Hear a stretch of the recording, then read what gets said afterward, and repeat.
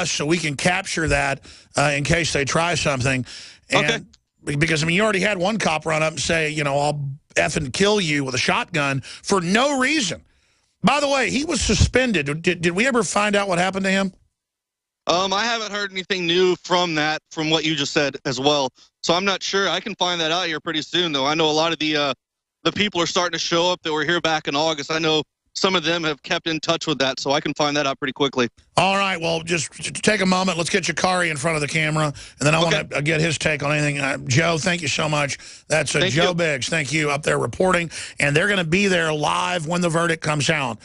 And so even if we're not live on the air or on the nightly news at the time, there will be a live feed. They'll call Kit Daniels or Adon Salazar or Kurt Nimmo or Mikhail Thalen or Anthony Gucciardi, any of the writers, and we will have that live Ustream feed up for you so you can see what's happening there on the ground at Infowars.com and PrisonPlanet.com. And if we find out the verdict's happening and there are riots or any issues, we will expand Infowars Nightly News tonight, and I'll even come back and do live coverage because this could spread around the country.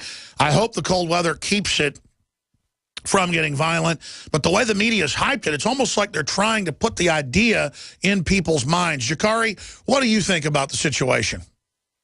I have to echo what Joe says. You know, maybe get out here and check out this command center they have posted up a little bit south of here. But like you said, for the time we're out here from the Justice Center, this is where we saw our protests and our rallies yesterday. It's been pretty cold, not a whole lot of people frequenting the area, just the normal business people that live and work in this area. But yes, we do see a huge buildup. Governor Nixon has said that he's ready to mobilize the National Guard.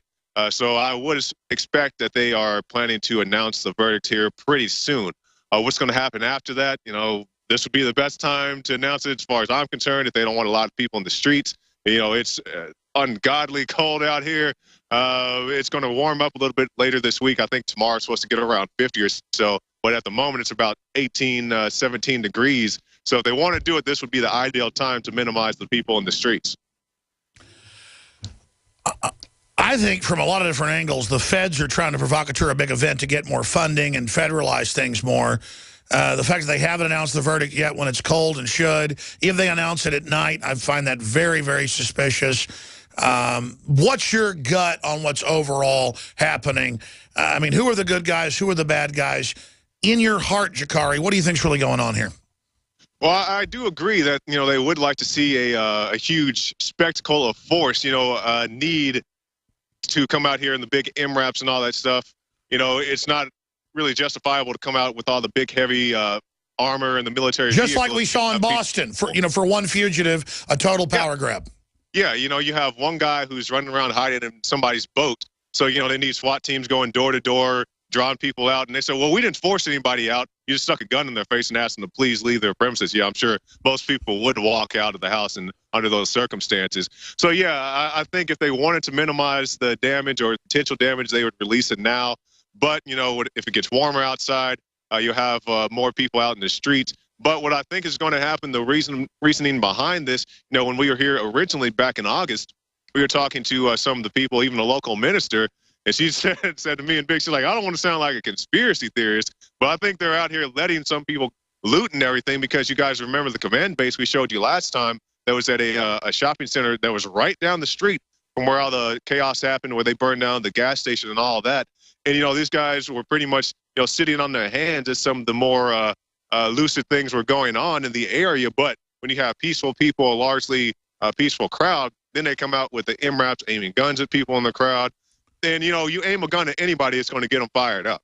So then, you know, you have more people come out, and some people are more prepared to do more radical actions than just, you know, stand there and peacefully protest. But, and then they lied, Jakari, and said that they weren't shooting tear gas at you, even though you picked up a canister, and even though Joe, I mean, you guys showed rubber bullets all over the ground. Joe got hit by them. I mean, it's just the level of lying is the problem. The level of lying, my favorite one, besides the tear gas and even the rubber bullets, you know, we reported day one on that Tuesday that they had pretty much installed a curfew. And then the next day, the police chief, I believe it was Jackson, he comes out. He's like, there's no curfew. We're just showing up at 6 p.m., aiming guns at people and then threatening to arrest them if they don't get off the street. But that's not a curfew.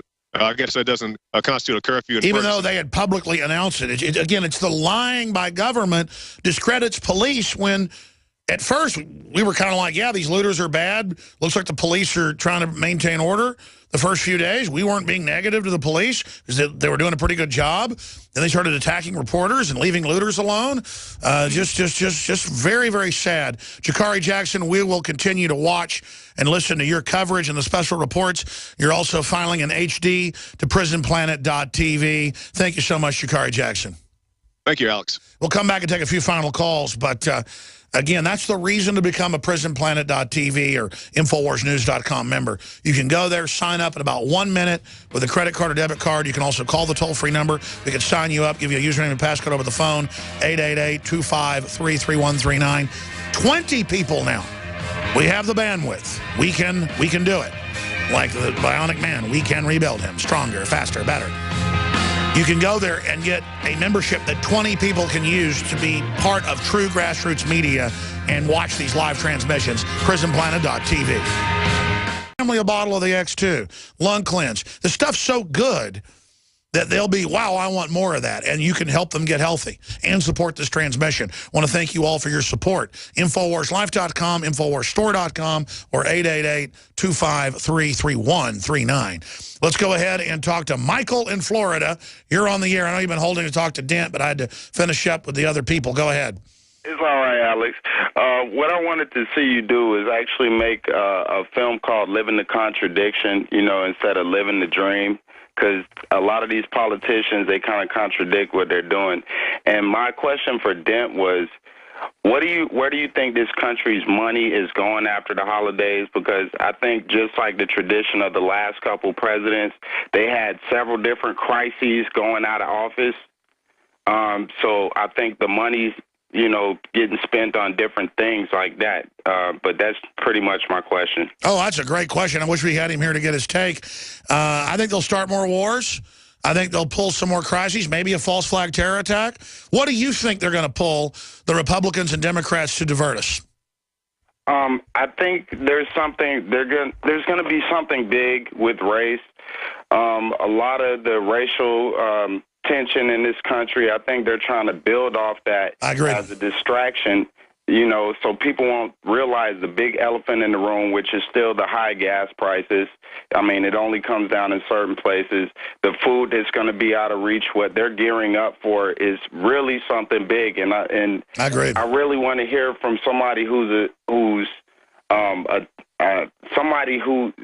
been dealing with this like political funk for the last couple of years, because Clinton, going out of office, he passed a law that you couldn't be a group if you're not sanctioned by the government, or you couldn't be a militia, or they'll try to find reasons to deem you as terrorists and different things like that. That's right. You're the best caller of the day. We're going to go in a little bit overdrive, take a few more, but Michael, please call back again. You're absolutely on target. All they've got is racial division and other garbage to distract us. Remember, the Republican leadership helped write Obamacare. Romney endorsed Gruber. That's why we're in so much trouble. Stay with us. Visit GCNlive.com today.